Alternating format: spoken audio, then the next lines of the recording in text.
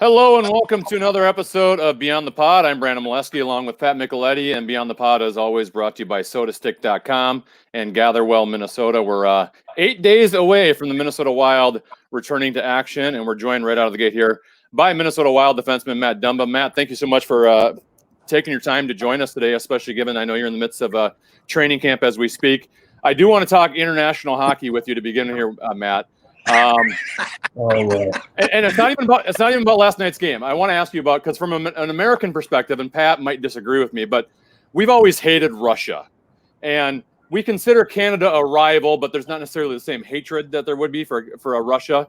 And obviously, geographically, we're close, and you guys have always been at the top. We're trying to reach you guys. I want to know how Canada views the rest of the world internationally. Who do you guys hate the most? Who's your biggest rival? And what does the Canadian hockey community think of American hockey? I think we got that hatred for Russia too, so we share that. All right. Yeah, we don't like the Americans either. But the thing is, I've played with so many good teammates that are American. So it makes for this friendly rivalry. Yeah. And I knew as soon as I woke up this morning. As soon as the last minutes of the game last night, I turned my phone off because I knew I was going to get blown up by all the guys on my team that I made bets with. Oh yeah. So I know I'm going to hear it all day. But I think that just stems from that just the beef with Russia is just back to the 70s, 80s, 90s, where our country just really didn't like them, and I think that's starting to change, and the rivalry is becoming more between Canada and the U.S. Because of just guys on you grow up playing against these guys, you know these dudes, and you all become buddies, so the chirps are always flying in the room. Well, talk about what happened Monday night, because I saw you post some video on Instagram of you watching the Canada-Russia game with Kirill Kaprizov. What prompted that get-together between the two of you? Did you initiate that get-together, and what's his personality like? What was it like to hang out with him for a night? Kirill's a good dude. I hung out with him in the past. He's not one of those typical foreigners that is scared of the language barrier. He's gonna try to say what's on his mind, even if it comes out completely wrong. So I love that.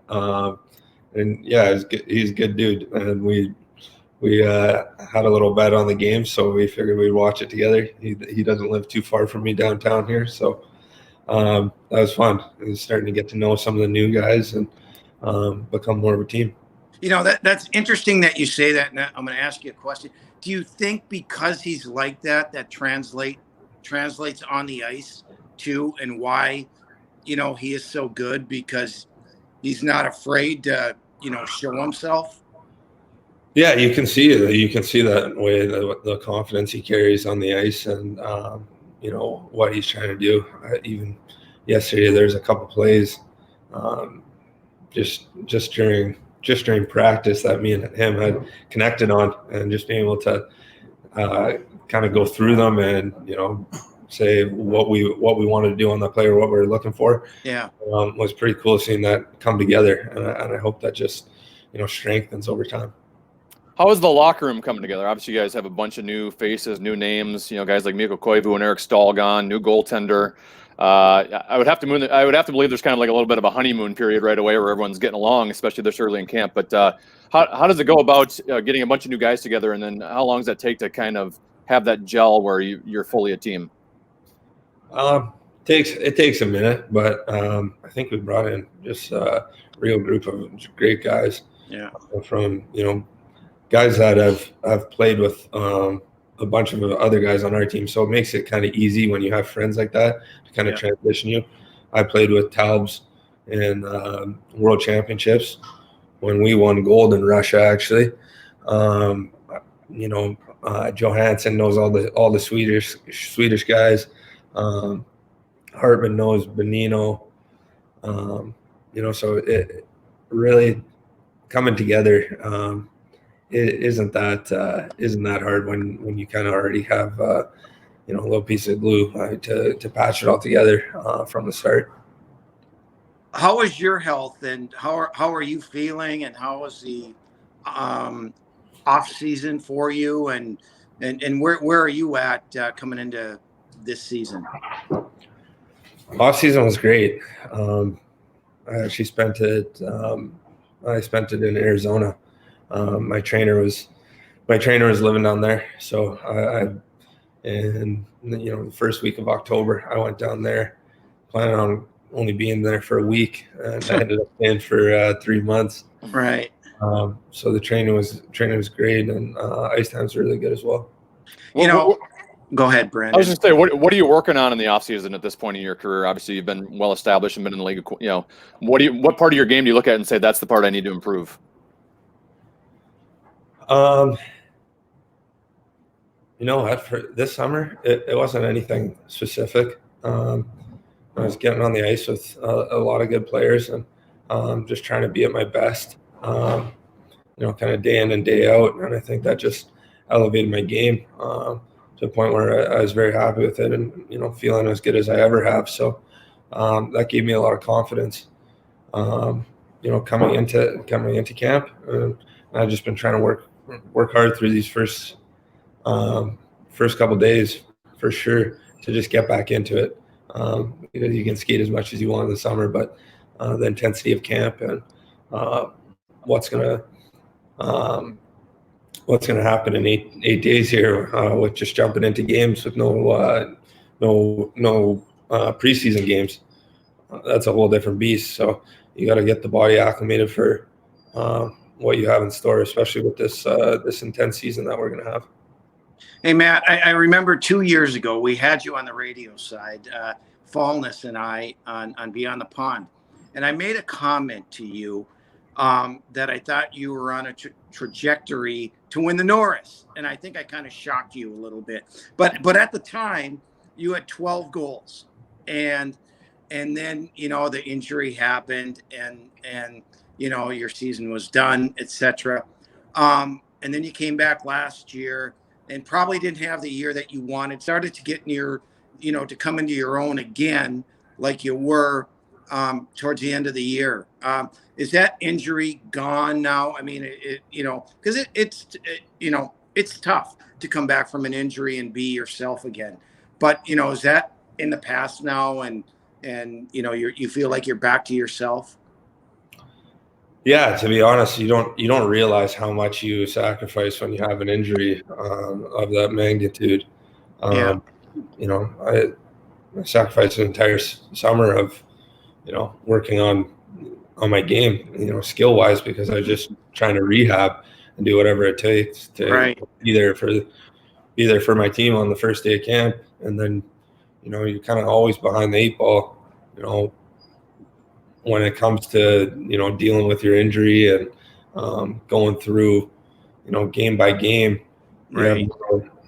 Little things that happen, and now you got to take care of that again, and you're not really thinking about your game. So that was I learned a lot from that whole experience, and it was tough. Yeah. I didn't like I was playing at the start of last year either, but right. I was working hard. I was trying. But I think I really started finding it after Christmas. Yeah. And in the bubble, I felt really good. So I'm just looking to build off that and just keep going. I'm going to be shooting a lot of pucks. Don't worry. Yeah. We're well aware that's going to happen. Yeah. I know we're early on in camp here, but has there been anyone's performance, whether it's a new guy or a returning guy, that maybe has improved a lot? Is there anyone that's kind of made you go, wow, or surprised you a bit? I think it's the three new guys I'm skating with right now, with Benino, Johansson, and Cap. They've looked all really sharp, so I'm excited to see what they have in store for us. Sorry, 1 second, my dog. Come here. Usually it's Pat that has the dog issues, so Exactly. we're okay with that. Today he's got the carpet issues. Well, Well, while you do that, Pat, that's a good time for me to do a read. Go to sodastick.com to get your original Minnesota sports inspired goods. If you haven't seen their stuff yet, you got to check it out. All of their apparel is screen printed here in Minnesota on super soft, super comfy shirts and hoodies. You will love it, and we're going to hook you up with free shipping on your next order. Use the code KFN for free shipping. That is sodastick.com. Original Minnesota sports inspired goods. Use the code KFN for free shipping. Matt, I want to talk to you, even going back to last summer, about race in the sport of hockey. And I know you became an inaugural member of the Hockey Diversity Alliance. I did not play with a lot of black players when I was younger, didn't coach a lot. I remember playing with one, and I still distinctly remember the moment where someone threw a racial slur at him in the handshake line and the effect it had on him. I remember coaching a black kid who also had a racial slur thrown his way. And both of those moments had lasting impacts. And one of my biggest pet peeves with the sport of hockey is the lack of diversity. And it obviously, you guys made some noise and got some attention last summer. What's kind of the plan moving forward here in terms of growing the game and getting a little bit more color in our sport? Well, we have I know some of our ambassadors, some of the guys on our board have kind of laid out kind of grassroots programs that we want to get involved in, and that will transpire throughout the year, and hopefully come to fruition in the summer. With some of us playing right now, it's kind of hard to get all of us on the call at once, but we still talk constantly every week. So we're still pushing forward and making sure that this isn't forgotten and just isn't a one-off. All of us are committed to being a part of this for the rest of our careers and even after. So I think it's just something that affects so many kids in our game. It really saddens me that so many people turn a blind eye to it, or say that there isn't racism in hockey, because right, like you just said, it's all around us. And it might not be around all the white players, but it most definitely is around the entire BIPOC community in hockey. Talk to kids on the regular who are facing these types of issues. Kids in Minnesota who don't want to play hockey anymore, who are good players, who can advance, who can become could become stars one day, but they don't want to play anymore because we have to deal with this uncomfortable, that eerie feeling of stepping into a rink not knowing if today's the day that you have to face that kind of hatred. So I'm going to keep standing up for those kids and trying to make our game a little better. Well, if people didn't hear the speech that you gave at center ice in front of your peers and wasn't touched by it, and I'm talking everybody, and then they just don't get it then, that was incredible what you did and very, very courageous. Yeah, thank you. And there's going to be lots of people who just don't get it. Yeah. I've gotten to a point where you're not going to make everyone happy, and I could care less. Those people don't ever figure it out, but it's not about them. I think it is about the younger generation, and starting from the ground up and really changing the next generations of hockey. So it's not even a thought that comes through a kid's mind when he's out on the ice. Right. In the playoff series against Vancouver, you decided to kneel for the anthem, and I know Jonas Brodin at one point had an arm on you, but it seemed like you're kind of a little bit on an island by yourself. Do you feel like I don't know what your expectation was when you decided to make that decision, but did you feel like you had the full support from your teammates throughout that time? Yeah, I did, and I was always very open with my teammates. I wanted that transparency and just that, just to have that communication with them to everything that I was doing. So they were awesome. They supported me, and so when people people were kind of getting on them. That kind of irritated me a little because I knew what it was like in the dressing room and in the locker room. To be honest, I put my fist in the air because what am I supposed to do? Is take a knee on the bench there? You won't see me. And honestly, that's just how hockey is.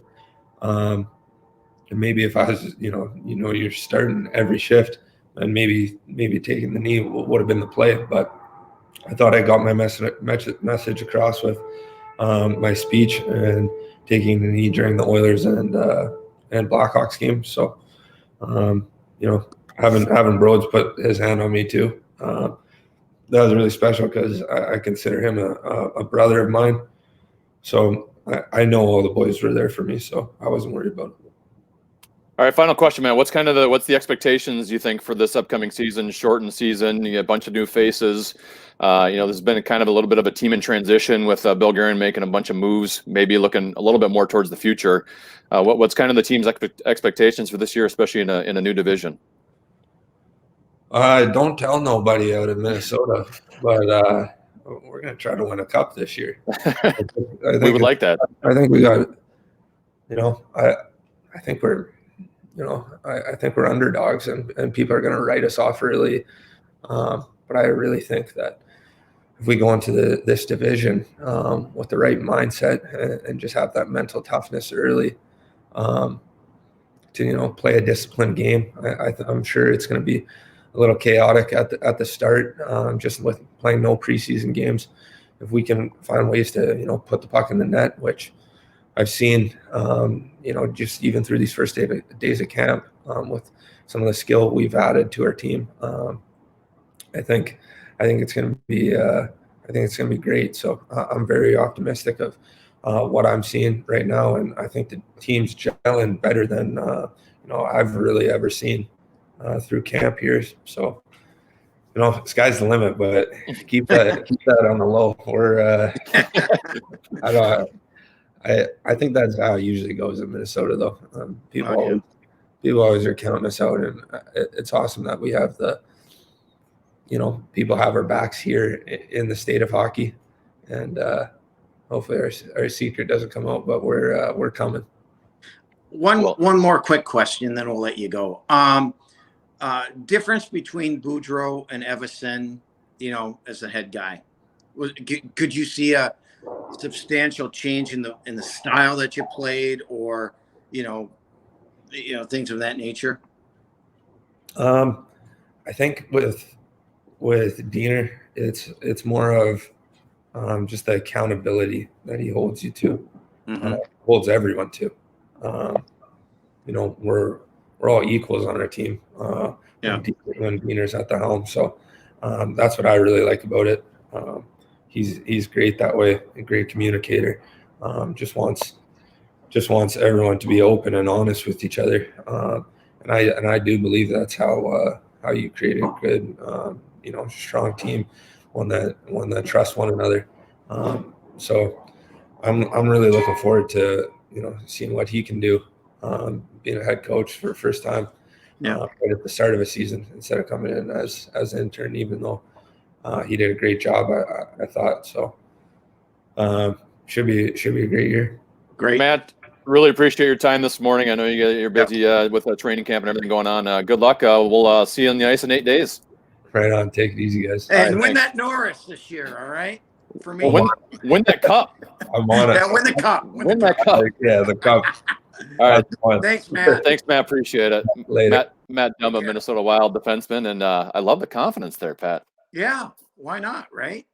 But Believe me, he's always been that confident guy, and when he really started to come into his own brand, and unfortunately the injury, but if he's back healthy, that power play will be a big shot in the arm for this team.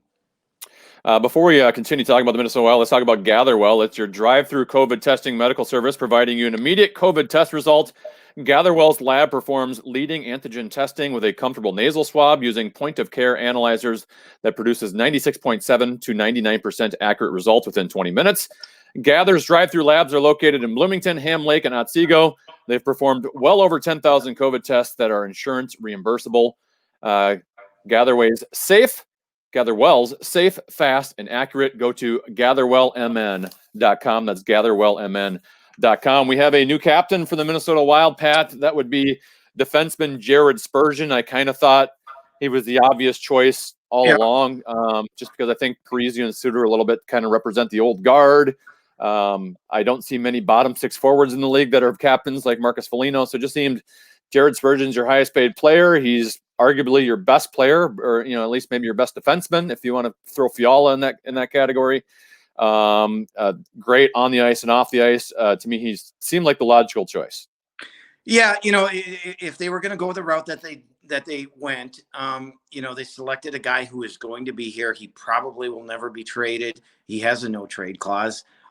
His story is one that a lot of kids can relate to.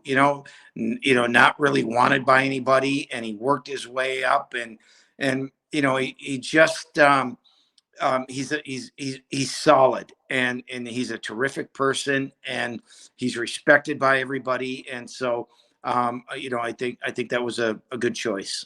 What's on your wall behind you? Are those lizards? What's going on there? Yeah. Interesting. Like that? Yeah. I'm in the basement today, as you know, because getting some work done to the house, new carpeting, and so I'm relegated down to my basement. Let's talk about the impact that the decision to make Jared Spurgeon the captain is, because I heard some people that say, well, how's Parise going to take this? Is he going to be upset? Is he going to affect his play? And my response was, if not being named captain affects your play in a negative way, then you're almost validating the decision by Bill Guerin to not name you captain, right? I mean, if you can't handle that adversity, then you shouldn't be a captain to begin with.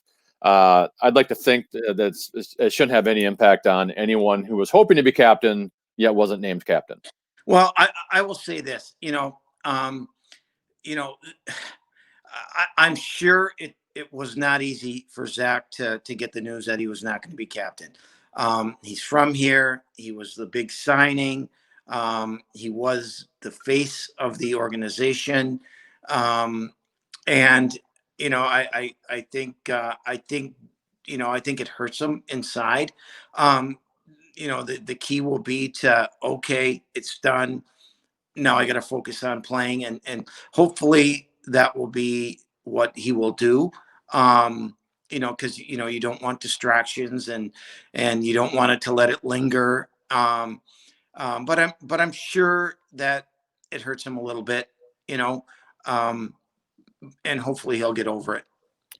Let's talk about Kevin Fiala, obviously, who we hope is the best forward, or unless Kaprizov can somehow chip into that. He missed the first practice on Monday, but it seemed like he wanted to get out there, and the coaches held him back. He did practice yesterday, but it always gives you a little concern when your best player might not be 100% healthy with the season starting 8 days from now. I was thinking back to his season last year, and I almost forgot that he was a healthy scratch early in that year last year. Yeah. But it just shows you to go from, being a healthy scratch and being in the doghouse to all of a sudden being the guy we want to give all the minutes to. We want to give him the puck on the power play. Like, he was the man. I think it was encouraging to see him handle adversity the way he did last year. I know he's talked about, the playoffs, and he kind of was losing his composure a little bit and had a little bit of a temper, and that he wants to improve that aspect of his game. But you have to admire a guy who, was kicked down and responded last year in a major way. He really did. And let's go back to the playoffs a year ago. You could tell later on in the series, they knew Vancouver. We beat Minnesota, we stopped Fiala, and the frustration came out. And so, I hope he doesn't feel like he has got to be, the savior of the team. I hope that he is just himself, that he just goes out there and plays. And I'm really glad that they were able to bring in a guy like Johansson, a guy like Kaprizov, because if they didn't, it would be a tough year, I think, for him. He needs help around him. There's no question. If teams are just keying on one guy, they can stop him or slow him down, or or frustrate them. So I think that's going to be real important. If those guys play to the level that we think they can, then I think Kevin's going to have a terrific year. You mentioned Johansson, and when he was signed, or I shouldn't say signed, when he was acquired in the trade with the Eric Stahl trade, the thought was, hey, he's versatile, he can play center or wing, but we've got him pegged in at center. I was a little surprised to see, given Marco Rossi is not able to skate with the team yet because he's still under COVID protocol, stemming from his time in the World Juniors tournament for Austria, that I thought, hey, Johansson would be plugged in as their first line center to begin, and they had him at wing. Shocking. And and maybe the Zuccarello injury, maybe they think, well, it's better to have him at the wing, and we can play a Bukestad, Bonino, Eriksson Ek as our top three centers. But you'd been saying all along you thought he would always go back to wing, and at least the start of training camp, and he can always move again. But they got him at the wing. Yeah, I thought he'd go back to wing because I thought they'd acquire another center. And that didn't happen. I was wrong there. That being said, I think you're going to see a lot of movement around with the forwards to get the right combinations, and we might see Marcus back at center. Who knows? I think it's all going to depend on, hey, if Bukestad can really handle it. Yeah. Okay, let's keep him there on the wing where he's more comfortable. So I think it's a lot will depend on how the other guys do. How's Marco Rossi going to do? Is he going to be able to stick with the team? If he does, then that gives us another reason to keep Johansson on the wing. So I think it's all going to depend on how other players fare in camp. One other note before we get to the World Juniors discussion, because I'd love to talk about that with you. Yep. I see a young center in Columbus apparently wants out, Pierre-Luc Dubois. Yeah. He's 22 years old. He scored 27 goals 2 years ago, so very impressive at a young age. Your thoughts on him, given the Wild always are in need of a center. We always have to look at whether you'd want him in a Wild uniform eventually, or if there's something they can do to get him. And then the second part of this is, why does everyone keep wanting out of Columbus? We saw it with Rick Nash. We saw it with Panarin, Bobrovsky, and now Dubois. Is it the coach? Is it the GM, the owner? Is it the city? What is it? What is it that people want to keep getting out of Columbus? I don't know, but they keep getting guys, and I tell you what, that team is close to contending. They play a pretty good style of hockey, and I remember last year they were here and they had like 9 guys from the American League on the roster that night, and somehow they still made the playoffs.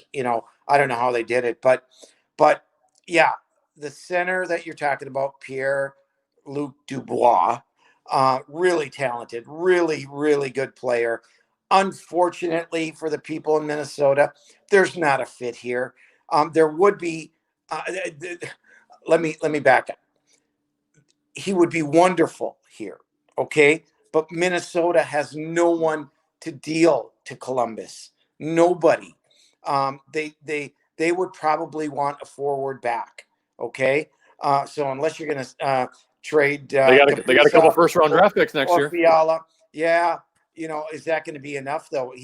The kid's going to. I mean, they're going to. Columbus is going to demand a lot, and they should, because he's that good a player. But if you're talking to Matt Dumba, who we just had on, they don't need a Matt Dumba. They don't need a defenseman. They've got Weinrich, and they've got who am I thinking Werenski? about? Excuse me, Werenski and the kid they got from Columbus in the yes. Yeah. Seth Jones. Seth Jones. Thank you. He was only like a Norris candidate last year. Yeah, exactly, right. Hello. So they don't need a defenseman. I don't know. You can try, but Philadelphia has been mentioned. There's a couple of other teams that have probably a little bit more to offer. Pipe dream would be to get him. No question. Then your number one center's set for the next 5 years. All right, let's talk about the World Juniors. The United States defeat Canada last night 2-0 after taking down Finland the night before in a game which they almost blew that one in the third period. I thought the U.S. could win last night. I didn't envision them shutting Canada out. Nope. Call me surprised. I quite frankly, I picked Canada. When they had given up four even strength goals throughout the whole tournament, zero, and they only gave up 4 goals throughout the whole tournament. I did not see it happening. But I think what Team USA did, their mindset was, well, we're playing against a team in a different colored uniform. We don't care if they have 20 first round picks. Let's go and punch them in the face. And I thought their game plan was great. And they got good goaltending. They protected the goaltender, and they wanted it. They just wanted it a little bit more. Now, if it was the best of 7, who knows what would happen? But in that one game, they played. They just played terrific. The U.S. has a bunch of gnats on their team. Yeah. And, I thought like the first 10 minutes of the game last night, I thought they looked nervous. They were just Sure. making bad plays with the puck on their stick. Yep. But they can skate. And once they get rolling and get the lines going, and they can attack on that forecheck and just keep putting pressure and pressure and pressure on you. And I also thought a key to last night was you saw in Finland, the main reason Finland stayed in that game was Finland's power play. And I thought the U.S. penalty kill wasn't very good in that game. And you get up against Canada's power play and you get yourself in trouble. They stayed out of the penalty box last night, and maybe that's the refs swallowing the whistles a little bit in a championship game, and that tends to happen. But I thought staying out of the penalty box, and they have so many guys on that team, whether it's Zegras. I really like the Beniers kid, who's going to be drafted highly next year. They have a lot of likable players on that team. They really do. And Brennan, how many times have we talked, and I talk about it all the time, when great players don't like people in their face, and I thought the U.S. did a really, really good job of just taking away, and bugging and being, as you said, little gnats, and I think that frustrated Canada a little bit, and then you get into a rhythm, right? A rhythm where the clock just keeps on going and going, and Canada tries the same thing, and the U.S. shuts them down, and all of a sudden, you got a couple minutes left in the game, and you're down by 2 goals. And so I just thought it was a really, really well coached game, and a really, really textbook type of game that the U.S. had to play, and they did it. Goaltender played pretty well too. See, when you're shutting out Canada, Spencer Knight looked really good. After a tough first game, yeah, he kind of just let that go and knew how good he was, and it was really, really good. Let's talk about Matt Boldy and your thoughts. A pretty good tournament for him. I thought he played really well last night. Finland, I thought he was kind of missing in action a bit in that game, but he does a lot of things well. He's a 200-foot player, Pat. Thank you. Yes. But you know what? He's got good size. He skates well, handles the puck well, and he's smart. He's smart. He is. And he makes smart plays. And you can't teach it. You have to have that hockey instinct. And of course, he's still learning. He's still gonna have to get stronger, and all those things that a young kid needs to get to. But man, as his game has really improved from a year ago, and it was really, really fun to see. Which hopefully means that there's more improvement to come. I know there's a lot of people clamoring for him. Oh, let's bring him up right now. Bring him up with the Wild. Yeah, you got to be careful. Here's my thoughts on Boldy. Is his foot speed still concerns me a little bit at the next level when you get to the NHL level, especially that first stride, and that's something he can improve and he can work on. What I like about him is he's great down low. He's great on the boards. He's great at protecting the puck. His net front presence. I think he's going to be a very good power. I think he's going to be a very good power play player, because not only can he can get the tips and the screens, but he also makes some really good passes from the goal line on the power play. What also impressed about me, he does a lot of little things, like he gets his stick on pucks. When the opposing defensemen are trying to make passes, or when they're regrouping, like he's got really long reach, and out of nowhere he can get sticks on and break up plays and create turnovers. He's a smooth skater. For a guy his size, he's a really good passer. I think he just does a lot of things well. I don't know if there's anything that you go, wow, he's amazing. He's going to be a superstar. But to me, he looks to me like he's going to be a sure thing top 6 forward for the Minnesota Wild at some point. You and I talk a lot about, Jordan Greenway, right? And we say, well, why doesn't he get to the front of the net, use that big body, and just control that area? And then I look at Boldy, right? And I don't want to compare the two. That's not my point. People have been comparing the two. Well, I mean, but here, when I look at Boldy, I see he's fearless, meaning he'll just, he's not afraid to get to those areas and battle and dig and, and take one, in the back or, something like that. There's just something that he already has. And I think that's going to bold. He's a smoother bold well for him. He's a smoother skater than Greenway. Yeah, I think he's better on his edges. He's stronger on his edges, even though Jordan Greenway overall is a bigger, stronger guy. Yeah. I think Greenway was always one of those we project him like he's got the physical talent to get to here. Whereas I think Boldy is much more polished at his age than Greenway was. Yeah, we're hoping, we're willing him to do better because it's there. He has all the tools to do that. And what do you think of him for this year? I think it's a little bit make or break for him this year. I think Bill Guerin made it clear. He mentioned that he talked to him after the year was over and said he wasn't pleased with his performance.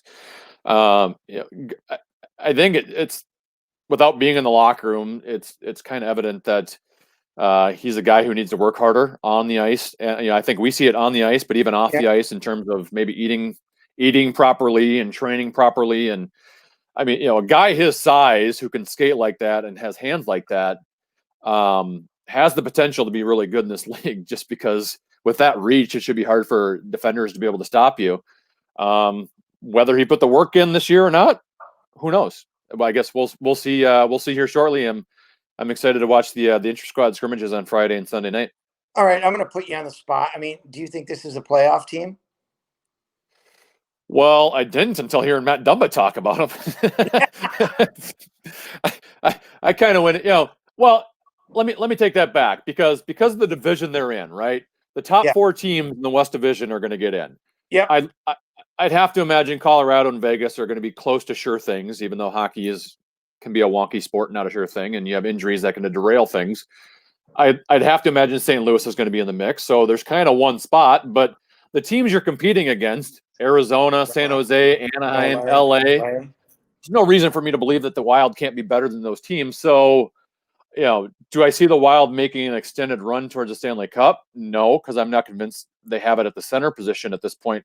Right. Maybe in a couple of years they will if Rossi turns out to be good and the Russian kid Kustadinov, eventually gets to that spot or they find a way to acquire one. But barring some miracle rebirth from Nick Bjugstad, it's hard for me to imagine they're going to have enough at the center position. But you could also look at last year's team and go, hey, if you have mediocre goaltending, just that alone can increase the amount of wins you're going to get. So just a goaltending upgrade alone might do it.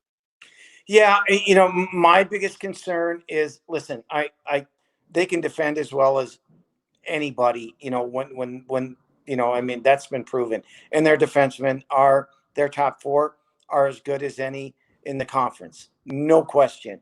Hopefully, Cam Talbot will be that guy that can not let those ones in that will kill you. So for me, I want to see what type of identity that they have. What is it going to be?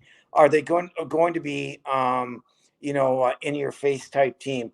Get up the rink, or are they going to sit back a little bit and really defend and counter? And what are they going to be? I don't know what they're going to be yet. Are they going to get scoring from Kaprizov? And is Fiala going to stay consistent? Is Zach going to be able to play top minutes, in the top 6? Because I'm telling you, if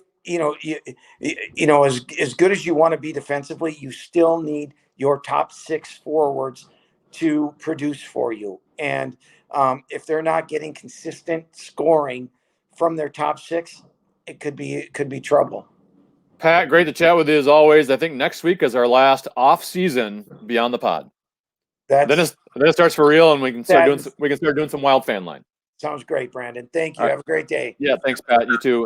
He's Pat Micheletti. I'm Brandon Mileski. Thanks to Matt Dumba of the Minnesota Wild for joining us today. Great stuff from him.